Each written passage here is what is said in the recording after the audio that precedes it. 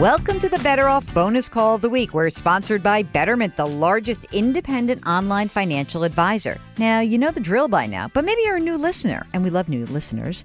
You've got 2 chances every week to come on the air with us. Tuesdays, we do this Better Off Bonus Call of the Week.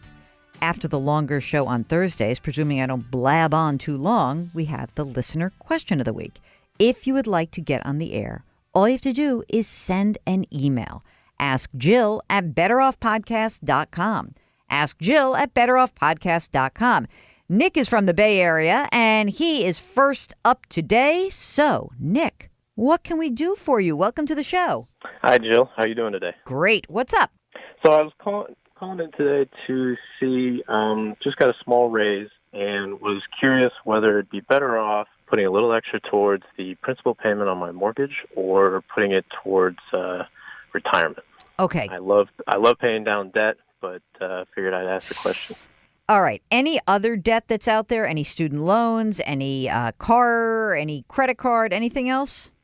Thankfully, no. All right. That's great. Tell me about yourself. How old are you? 37. Okay. Are you married, single, partnered? Married. Okay, married. And right now, the house is worth approximately how much? We'll call it $850,000. Okay. Now tell me the mortgage amount that is outstanding is how much? $398. What is the interest rate on that mortgage? 3.625. So cheap, man. Oh, Yeah. my God. Do both of you work? Does one of you do a little home stuff? What's going on?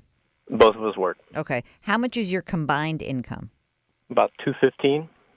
And what will the increase in your salary be, take you to? Was that with the increase or before? Yeah, the increase, it was about $3 an hour. At this point, do you have kids or no kids? No kids. Okay. And plan to have kids? Anything else like sort of on the horizon that I should know about before we make this decision? No, nothing crazy. We've definitely talked about kids, but it's not something in the immediate future. Nick, I want to explain something to you. You can't just talk about it. You have to do something else if you want to have kids. Of course. All right. Just want to make sure you understand that. So are you both using retirement plans?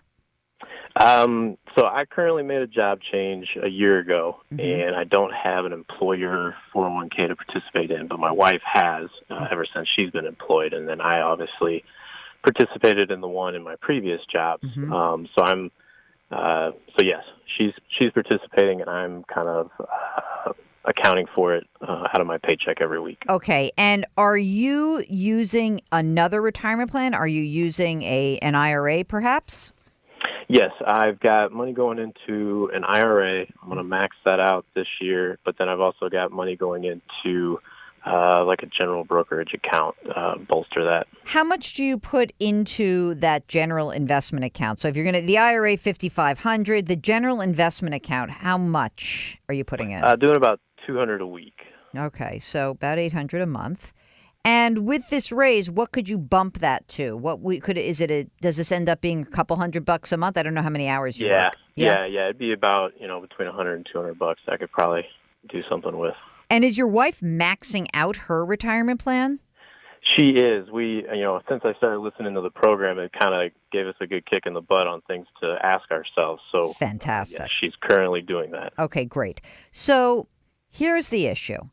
$100 or $200 a month. Should I pay off a 3.625% mortgage, or should I add it to my general investment account and potentially make more than that? So you've already self-disclosed that you're a wimp, and I love that you like to pay down debt, right? Mm-hmm. It's a good thing. And we also know that a portion of this interest may be deductible on your income tax return. You're going to lose some deductions this year because you're in the state of California. You're going to get some stuff that you're not going to be so happy about. Yep. So let's presume, I'm not even going to give you the full, takedown of that. Let's say that you're after tax, that this mortgage costs you about 3% on an annualized basis, okay? And let's also presume that the general investment account, what would you say would be a great, if you could go to sleep at night and say, I'm going to try to earn this much on this account over the next 10 or 20, let's say 20 years, because how much longer is left on this mortgage? It would mature in 2046. 2046. Okay. So let's say 30 years. How much do you think you'd like to try to earn over 30 years in a general investment account? Oh, that's a great question. Hey, thanks. I think anywhere north of probably 5 to 9% would be great. Right. So let's even say 6%. Let's say that you got 6% in your general investment account, and let's even knock it down to after tax, because you're going to have to pay some capital gains. But let's say that we said, okay, 4.5% after tax, right? Okay. So then I'm comparing a chance to make 4.5%, maybe 5 or 6%. I'm going to call it 4 to 6% after tax, because who knows? Let's call it 4 to 5.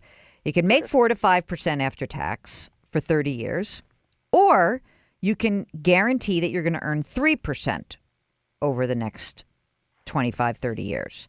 So the math is better putting money into your general investment account. So, but that does not actually account for like the delicious feeling you have of paying down debt. So I know that. How much money is in the general investment account right now? Roughly $200K. Okay. And how much is in your old retirement account, your current IRA, and your wife's retirement account? So retirement assets total are how much? So in the general investments, I've got, we'll call it $100K in the rollover IRA. Mm-hmm. I've also got $38K in a Roth IRA, and the general brokerage is about $68. Okay. All right. And then the wife has close to $80K in her 401. Here's what I would say. You know that great feeling you have about paying off the house? I want you to become more enticed by the great feeling that having a pile of money can provide you. And, I can go for that. Yeah, right? Okay. So here's the way to maybe rationalize it. Because if you're a smart guy, and you sound like a smart guy, you might say, okay, wait a minute, 4.5% versus 3%. It might add up to a bunch of money over the next 30 years, but I take risk to get the 4.5%, and there's no risk to get the 3%. So that is one argument. But then I will put back to you, the risk you have is that you are now paying down a loan and you've lost the liquidity. You don't have the money. So if you were to have stopped talking about kids and finally do something about it, you might like to have $100,000, $200,000 sitting in liquid assets, not a paid down mortgage, because it's a lot harder to figure out how to extract money from your house later once you've paid that down. So I think you're young. You guys probably have lots of different twists and turns in your careers, in your lives. I think that the access to liquidity should be more important to you than the good vibe of paying down your mortgage. And yes, and I do think it will happen to be it should be at least a better long-term vehicle in terms of how to, compare assets over time, right? So that to me is the best way to think about it. If you desperate and you really, really have to pay down a 3.625% mortgage, you say to yourself, but wait, once I do that, I lose the money. And if I put it in this brokerage account, I'll have that money. And if you choose, you don't have to pay this till the year 2046. Maybe you have kids and the kids are great and you don't need the money. And maybe in 15 years you say, now I just want to pay this down. Okay, that's fine. But you don't have enough liquidity at this moment to be in a position to choose that. So I think better off put it in that general investment account, get going, and tell your boss to put a 401k plan in it, for God's sakes. I will definitely do that. All right, good luck. Thank you for calling. Thank you very much. Okay, that's a wrap of our Better Off bonus question of the week. If you've got a question, it's simple. Send us an email at askjill@betteroffpodcast.com. We'll arrange to get you on. And don't forget, in just a couple of days, there's a brand new episode of the Better Off Podcast sponsored by Betterment. Talk to you then.